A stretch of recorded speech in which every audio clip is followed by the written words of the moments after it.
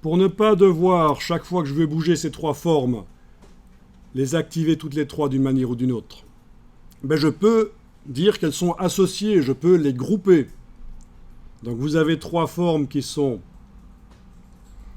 sélectionnées.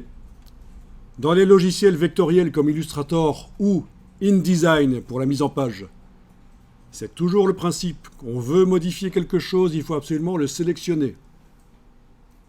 Dans Illustrator, on a régulièrement des gens qui apprennent et qui disent « Ah, ça ne marche pas chez moi, j'essaie d'appliquer cet effet, ça ne marche pas. » Mais est-ce que tu as sélectionné ton objet avant d'aller chercher l'effet? Non.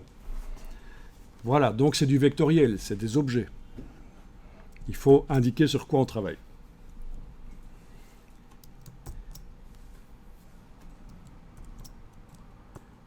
Je vous montre, pour ceux qui ne connaîtraient pas, InDesign.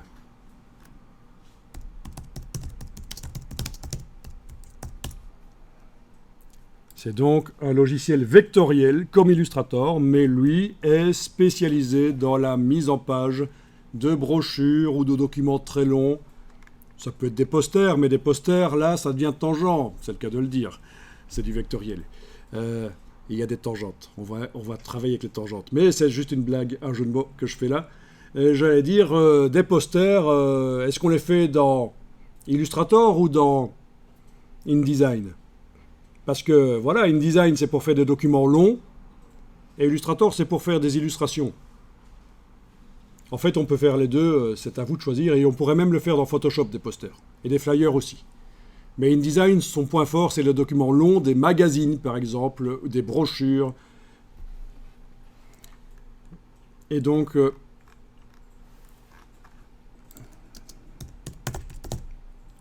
si je tapais ça correctement, ce serait mieux, voilà. Voilà, des brochures, des magazines comme ça, c'est fait dans InDesign. Il y a plein d'automatismes sur la typographie, donc sur le texte, plein d'automatismes qu'il n'y a pas dans Illustrator. Illustrator fait le texte, des titres, des paragraphes, mais il le fait beaucoup moins bien que InDesign. Beaucoup moins bien au niveau de la manipulation. Quand on veut manipuler le texte, les titres, c'est beaucoup plus difficile. Au niveau aspect, la typographie, c'est comme dans Photoshop. C'est aussi bon dans les trois logiciels maintenant. Si vous rencontrez des personnes qui travaillent depuis longtemps et qui n'ont pas mis à jour leurs connaissances, qui travaillent depuis longtemps en graphisme, ils vont vous dire « Ne faites jamais de mise en page dans Photoshop. » C'est pas vrai. Le moteur typographique de InDesign a été intégré récemment à Illustrator et Photoshop. Donc le texte, l'aspect du texte dans Illustrator et Photoshop est aussi bon. Et quand on connaît l'astuce, on peut obtenir de Photoshop un texte net à la sortie. Il faut juste connaître l'astuce et je peux vous la donner tout de suite. Il faut enregistrer au format Photoshop PDF pour ceux qui connaîtraient Photoshop. C'est l'astuce quand on fait du texte dans Photoshop, Photoshop PDF. Quoi qu'il en soit, j'étais en train de parler de InDesign et vous voyez donc que c'est son fort. Voilà.